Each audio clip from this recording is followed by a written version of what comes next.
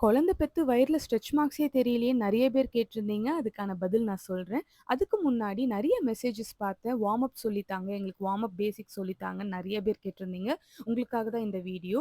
ஏன் warm up பண்ணாம அப்படியே வொர்க் அவுட் பண்ணலாமே அப்படின்னு கேட்டீங்கன்னா, அது மிகப்பெரிய தவறு. நீங்க பண்ணலாம். ஆனா இன்ஜுரி ரிஸ்க் நெறையா இருக்கும். வார்ம் அப் பண்றனால உங்க மசில்ல நல்ல ஒரு பிளட் ஃப்ளோ இருக்கும். டார்கெட் மசில ஆக்டிவேட் பண்ணும். உங்களோட இன்ஜுரி ரிஸ்க்க தடுக்கும். அது மட்டும் இல்லாம உங்க பெர்ஃபார்மன்ஸ இம்ப்ரூவ் பண்ணும். உங்களுக்கு வொர்க் அவுட் பண்றதுக்கான ஒரு மைண்ட் செட்ட கொண்டு வரும். ஸோ வார்ம் அப் பண்ணிட்டு வொர்க் அவுட் பண்றது ரொம்பவே நல்லது. 4 நாள் தொடர்ந்து வொர்க் அவுட் பண்ணிட்டீங்க. அதனால இன்னைக்கு ரெஸ்ட் எடுத்துக்கோங்க. ஆனா மறக்காம டயட் ஃபாலோ பண்ணுங்க. ஒரு நல்ல பேலன்ஸ்ட் மீலா எடுத்துக்கோங்க. அதுல புரோட்டீன் அண்ட் ஃபைபர் இருக்கான்னு முக்கியமா பார்த்துக்கோங்க.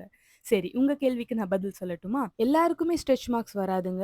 ஜெனடிக்ஸ், ஹார்மோனல் சேஞ்சஸ், ஸ்கின்னோட எலாஸ்டிசிட்டி, முக்கியமா எவ்ளோ ஃபாஸ்ட்டா வெயிட் போடுறீங்கன்றத பொறுத்து தான் ஸ்ட்ரெச் மார்க்ஸ் வரும். எனக்கு வந்து நான் கன்சீவா இருக்கும்போது 4த் மந்த்லேருந்தே நான் ஸ்ட்ரெச் மார்க்ஸ் கிரீம், ஆயில் எல்லாமே ஸ்டார்ட் பண்ணிட்டேன். டெய்லி 2 டூ 3 டைம்ஸ் மறக்காம மசாஜ் பண்ணிடுவேன். அப்படி இருந்துமே 8வது மாசம் எனக்கு ஸ்ட்ரெச் மார்க்ஸ் வந்தது. ஆனா விசிபிளா இல்லாத காரணம் இந்த மசாஜ் தான். முக்கியமா ஓவர் வெயிட் ஆகாம பார்த்துக்கோங்க.